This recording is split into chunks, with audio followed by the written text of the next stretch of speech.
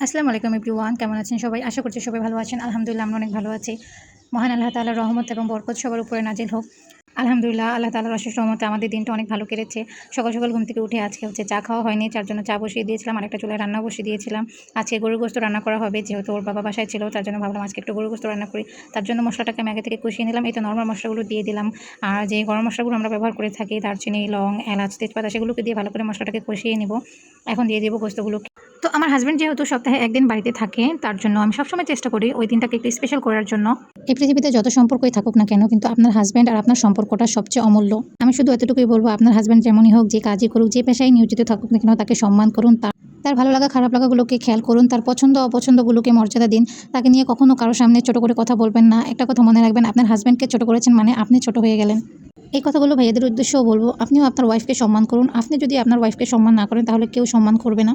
সংসারে সুখ হয় দুজনের অনেক কম্প্রোমাইজ ও ভালোবাসার কারণে। কথা বলতে বলতে আজকে অনেক কথা বলে ফেলেছি, আর আপনাদের সাথে কথা বলতে বলতে আমার রান্নাটা প্রায় কমপ্লিট হয়ে আসছে। আর আমার বাসায় যেই গোশই রান্না করি না কেন, আমার বাসায় গোশের মধ্যে আলু দিতে হবে। আলু না দিলে চলবে না। আমার ছেলে এবং আমার হাজব্যান্ড দুজনেই খুবই আলু পছন্দ করে। আলহামদুলিল্লাহ আমার দুপুরের রান্নাবান্না শেষ। এই ছিল দুপুরের খাবারের আয়োজন। আর এখন আমি পিজা বানাচ্ছিলাম। এটা সন্ধ্যার সময়কার ভিডিও।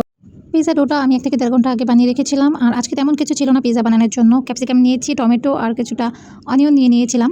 আর এখানে একটা কাঁটা চামচের সাহায্যে আমি মাঝখান দিয়ে এরকম করে ছেঁচো করে দিচ্ছি, যাতে ফুলে উপরে উঠে না আসে।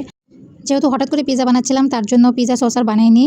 টমেটো কেচাপ নিয়েছি, তার মধ্যে অরিগানো দিয়ে হ্যান্ড ব্লেন্ডারের সাহায্যে একটু মিক্স করে নিয়েছি। এরপর যে টপিংসগুলো আমি রেখেছিলাম, সেগুলো দেখুন আমার ছেলে মেয়ে দুজনেই চলে আসছে আমাকে সাহায্য করার জন্য।